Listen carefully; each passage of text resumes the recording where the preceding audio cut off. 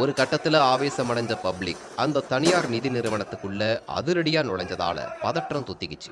அதே நேரம் அங்க இருந்த போலீஸ் அதிகாரிகள் பெரிய அளவுல சேதம் ஏற்படாம பப்ளிக்க வெளியே அனுப்புனாங்க.